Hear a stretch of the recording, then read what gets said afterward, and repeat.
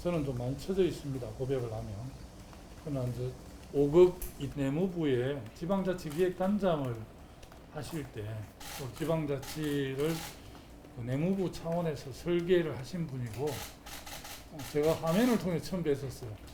이제 그 지방자치를 어떻게 실행할 것인가에 대한 그 행정학자 뭐 이런 분들하고 내무부 또 정부 부처에 이런 분들이 나와서 토론하고 이럴 때 봤었는데 그때부터 이종 지사 아셨는데 어떤 우리 당으로서는 전설입니다. 알다시피 충주시장 3선, 국회의원 재선, 지금 충북도지사 3선회가 8전 전선이신데 오늘 주 이야기는 저한테 굉장히 좋은 조언을 하나 해주셨습니다. 저도 이제 평소에 그렇게 생각하고 있는데 우리 국회가 지금 단원제 국회잖아요. 정수 300명을 하는 단원제 국회인데 이제 단원제 국회의 가장 장점은 뭐 의사결정이 빠르고 법안 처리 속도 이제 국민들 보기 느리지만 실제는 굉장히 법안 처리가 빠르고 이런 장점도 있지만 특히 이제 우리나라 같이 수도권의 인구가 절반이 넘어버린 이런 상황에서 또 47명의 그 비례대표 국회의원들은 충북에서 아주 신망받고 뛰어난 분, 예를 들면 강주나 대전이나 대구, 부산에서 올라간 사람들은 거의 한두 명 있을까 말까 하고요. 47명의 각 당의 비례대표들이 사실은 서울 쪽에서 흔히들 말하면 좀 속된 말로 잘 나가는 사람들이 다 하고 있기 때문에 실제 이미 수도권의 이해관계를 반영하는 국회의원들이 절반을 넘었습니다. 그래서 우리나라도 사실은 통일도 대비하고 이렇게 보면 양원제를 도입해서 지방에 불리한 법안들을 걸을 수 있거나 제동을 할 수 있도록 그렇게 바뀌어야 하는 게 맞는데 저도 평소에 그렇게 생각하고 있는데 아직 제가 공약으로 못 냈는데 그제도 추가로 좀 제가 꼭 그렇게 해야 되겠다 이렇게 생각을 했습니다. 사실은 이시종 지사님이 오늘도 저한테 그런 안을 주셨지만 옛날에도 한번 저한테 주신 적이 있는데 꼭 그렇게 해보겠다는 제 새로운 약속을 좀 드리고 싶고요. 특히 아마 충북도민들, 청주 시민들이 많이 생각하고 계시는 이게 철도, 강력철도 지금 오송역에서 청주공항으로 돼 있는 게 아마 국토부에 시행하려고 하는데 아마 청주 도심 쪽으로 가까이 이렇게 지나가야만 아마 청주 시민들이 이용하기 편리하다 싶어요. 청주 시내로 철도 노선을 변경하는 문제를 가지고 아마 지금 논의 중에 있는 것으로 알고 있습니다. 그래서 그런 쪽에도 제 선에서 도울 수 있는 범위 내 적극적으로 돕겠다고 약속도 좀 했고요. 저는 세종시를 지난번에 방문했을 때 약속했습니다만 행정수도는 세종시지만 사법신도시 이전 이런 거 관련해서 충청권이 이제 국가 수도권이 돼야 된다는 생각을 갖고 있고 그런 의지는 가장 확실하게 갖고 있습니다. 조금 거슬러 올라가면 2003년 참여정부의 초대 제가 행정자치부 장관을 하면서 그때 3대 특별입법이라 해서 신행정수도건설특별법, 국가균형발전특별법, 지방분권특별법의 3대 입법을 저희 행정자치부에 주도해서 국회에 통과를 했고요. 그래서 사실은 그때 이미 청와대와 국회가 세종시로 옮겨서 세종특별자치시가 행정수도 완성되게끔 돼 있었는데 여러 차례 다른 언론에서도 이야기했습니다만 이석연 변호사라고 뒤에 이명박 정부의 법제처장 하신 분이 헌재 위헌 소송을 했죠. 그래서 이제 우리 이제 법체계는 성문법체계인데 사실 간섭헌법이라는 걸 끄집어 와서 조선 500년의 수도는 한양이어야 하고 대한민국 민주공화국의 수도는 서울이어야 한다는 그런 논리로 헌재 위헌 소송을 했는데 헌재에서 그걸 받아들였어요. 그래서 사실은 신행정수도 건설특별법이 폐기가 되고 행정중심 복합도시법이 다시 발의가 돼서 그 발의에 의해서 이제 세종시가 탄생하고 2012년 9년 전에 세종특별자치시로 객상이 돼서 있는데 제가 지난번에 행정수도 이전 특별법을 개인적으로 발의를 했습니다. 그런데 우리 당에서 당론으로 하겠다 해서 이제 당에 드렸고 그래서 좀 거슬러 올라가면 행정수도 건설과 관련해서 첫 삽을 뜬 사람이 노무현 대통령 저라고 본다면 마무리도 자기 김두관 정부에서 결자 해지 차원에서 세종 행정수도로 완성하고 대법원 헌법재판소 선관 이런 쪽을 사법신도시를 만들어서 그 부분도 충청권으로 오는 게 그래서 실질적으로는 국가 수도권이 충청권이 될 수 있도록 하는 게 바람직하겠다. 그래서 그 일을 누구보다 좀 잘할 수 있다 이런 말씀을 좀 드리고 싶고요. 충북의 여러 가지 현안과 관련해서는 제가 할 수 있는 최선을 다해서 하겠다 말씀드리고 강호 축은 너무 잘 아시잖아요 기자분들이 이 호남과 충청과 강원을 연결하는 경부선하고 X축으로 그렇게 하겠는데 우리 당의 대선 후보들은 다 동의를 합니다. 그래서 그 지방 분권 국가 균형 발전과 관련해서 저는 그것밖에 없으니 그걸 가장 강조를 하는데 다른 후보들은 사실은 초창기에는 균형 발전 이런 쪽에 저만큼 관심이 없었는데 현장을 가니까 워낙 현장의 요구들이 세니까 지금은 우리 당의 모든 후보 또 지금 야당도 레이스가 시작이 됐는데 국민의힘 분들도 지방 분권이나 국가 균형 발전에 신경 안 쓸 수 없을 겁니다. 벚꽃 피는 순서대로 지방 경제와 지방 대학이 지금 소멸해 가는 게 지금 대한민국 현실이기 때문에 그렇다 말씀드리고요. 하여튼 좀 많이 관심 가져주셨으면 좋겠습니다. 도쿄 메가시티, 제주 환경특별자치도, 강원도의 평화특별자치도 5급 5개 메가시티와 2개 특별자치도로 대한민국의 구조를 재구조화하는 5급 이특체제를 제가 주장하고 있는데요. 서울공화국 배치하고 이런 김두관의 비전이 또 충청권이 제2수도권으로 지금 각광을 받고 있기 때문에 제 이런 국가 비전이 확실하게 좀 우리 충청에 계신 지도민들한테 좀 알려지고 당원들도 제가 또 어려운 지역에서 영남 지역에서 민주당 깃발을 지키면 당당하게 해왔기 때문에 그런 걸 좀 잘 평가해주면 이 충청도에서 좀 내일 대전 충남이고 모레 이제 충북 세종인데 여기서 좀 반란이 일어났으면 좋겠습니다. 기대하고 있습니다. 개헌에 대해서는 어떻게 생각하세요? 개헌. 나는 자치분권형 개헌에 대해서는 적극적으로 동의하고 있고요. 사실 지금 87년 헌법체제잖아요. 그래서 이제 상당히 오래됐고 우리 사회가 이제 이 4차 산업혁명 시대랄까 또 어떻게 보면 이제 코로나 팬데믹 이전과 이후는 많이 다를 거라서 헌법이라는 게 이제 국가 운영 기본 원리를 규정해 놓은 게 헌법인데 헌법은 향후에 이제 짧게는 한 30에서 50년, 길게는 100년 정도 대한민국을 운영하는 국가의 기본 운영 원리를 규정하는 거기 때문에 저는 개헌은 불가피하다고 봅니다.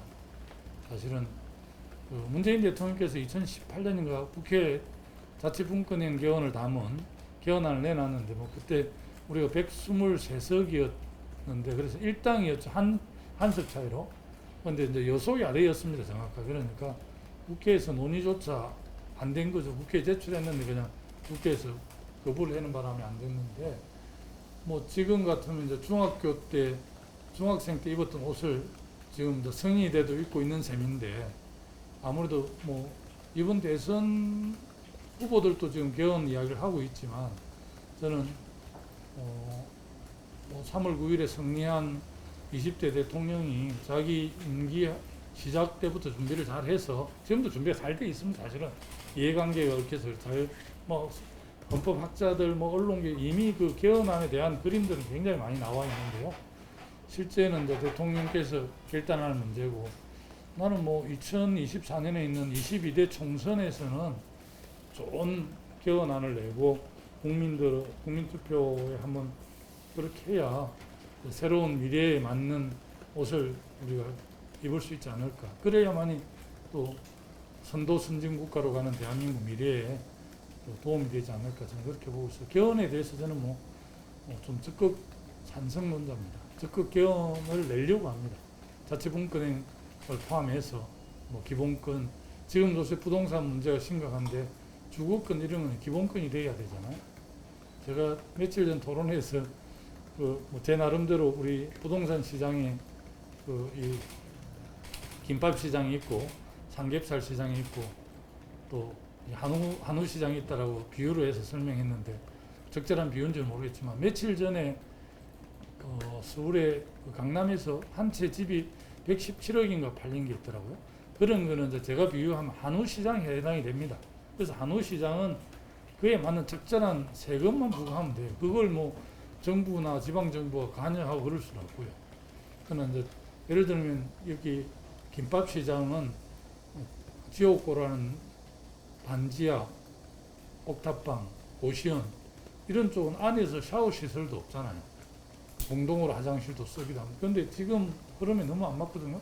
이런 경우는 이제 정부든 중앙정부든 지방정부든 행재정적 지원을 확실하게 해서 인간의 기본적인 주거권이 보장되게 하는 게 맞고, 중산층이 진입하려고 직장생활 한 10년 이렇게 해서 자기가 모은 돈이 한 1억 정도 있는데 집은 10억 하니까 그러면 그런 경우는 이제 저희 금융지원 확실하게 해서 한 9억 정도는 대출하고 1억은 자기 돈으로 해서 10억 정도의 괜찮은 집을 살 수 있는 이런 경우는 삼겹살 시장에 해당되는 거거든요.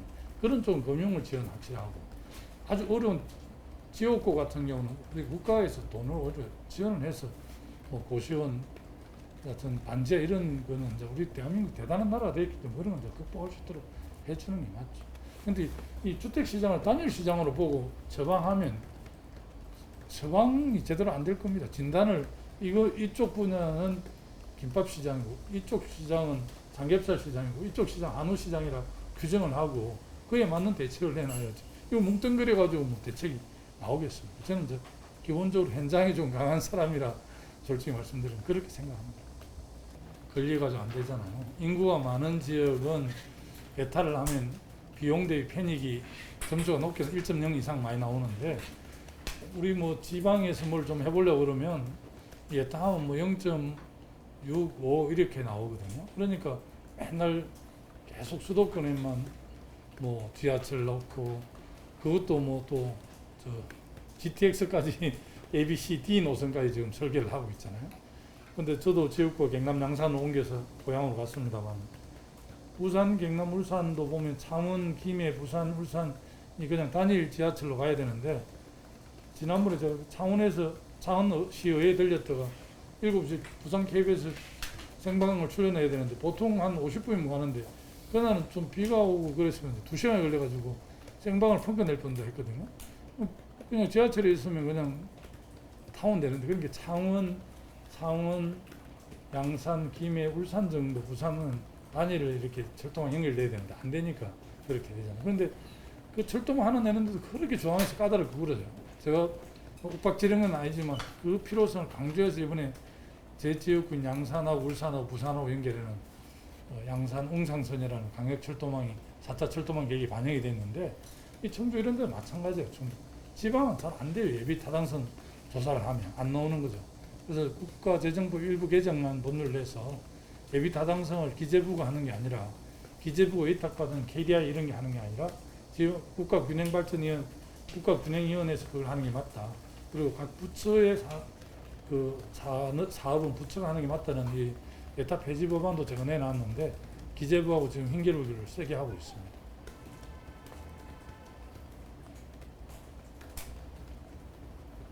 또 우리 후보들이 없으니까 결론적으로 말씀드리면 다른 후보들은 균형발전 지방분권에 관심도 많은데 그래도 뭐 집으로 치면 인테리어 정도 바꾸는 거고요. 저는 뭐 대들보를 옮겨서 확실하게 이 충청권을 국가 수도하겠다는 거니까 저한테 좀 관심을 많이 가져주셨으면 좋겠습니다. 오송바이오 밸리 단지의 3차 국가 3단 쪽 확장하는 데는 보니까 그 현장에 그 LH 사업본부장이 나와서 설명하는 거 들어보니까 우리가 농업진흥지역이더라고요. 옛날엔 절대농지역이었는데 요즘은 이제 진흥지역으로 바뀌었는데 이름이 농업진흥지역은 절대 다른 걸 못하게 합니다. 농림축산식품부에서.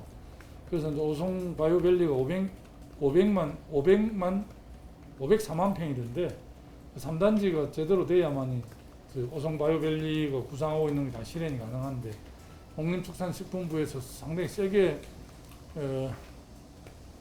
그 농업진흥지역을 고수해야 되는 입장을 아마 해서 애로사항을 이야기하던데 사실은 쌀도 이제 우리 먹거리지만 미래와 관련해서 보면 오송바이오가 대한민국 먹이 살릴 만한 중요한 곳이기 때문에 그런 점들도 우리 또 당에서 잘 이렇게 역할을 해서 쌀보다 더 귀한 쌀을 생산하는 곳이니까 그런 것도 좀 바꾸겠다는 말씀을 드리고요. 아마 뭐 충북이 가장 자랑할 수 있는 게 오창 오송 오송 이쪽에 바이오밸리가 아닌가 싶습니다. 저는 뭐 굉장히 관심을 많이 갖고 있고 우리 정부와 뒷받침할 수 있는 거는 뭐 적극적으로 하겠다는 확고한 입장을 갖고 있습니다. 될 것 같아요. 그리고 실제 이제 강원하고 연결되면 이게 시베리아 TSR하고 TCR하고 다 연결돼서 부산항에서 수에즈 운하를 거쳐 유럽 가는데 한 달. 지금 요새 논의되고 있는 북극 항로는 한 절반 정도 걸리는데 북극 항로는 아직 뭐 세빙선이 뚫어야 되는 이런 애로가 있고 또 북극 항로를 하는데 러시아만 아주 캐나다, 러시아, 뭐 노르웨이 여러 개 나라들 이해관계 얽혀 있어서 일본하고 중국은 좀 이렇게 시험 운항을 하고 있는데 우리나라는 아직까지 안 하더라고요.